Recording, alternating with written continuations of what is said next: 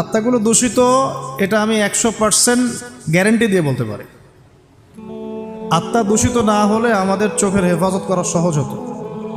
আত্মা দূষিত না হলে আমাদেরকে সলাতে আসতে এত বেগ পেতে হতো না।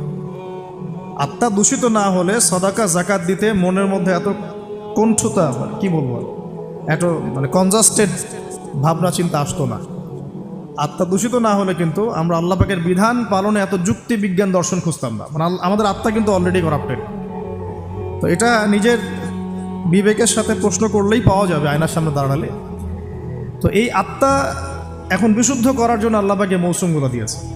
এই 10 দিন আমরা প্রথম যে কাজটা করতে পারি সেটা হলো নিয়াতটা বিশুদ্ধ করা, যে আমি প্রত্যেকটা কাজ আল্লাহ পাকের সন্তুষ্টির জন্য করছি। এর আগে যারা দিনের পথে চলেছেন, কাজ করেছেন, শ্রম দিয়েছেন, দায়ী ছিলেন, মুহাদ্দিস, মুফতি, মুজাহিদ তারা ছিলেন, তারা একটা বিষয় খুব খেয়াল রাখতেন।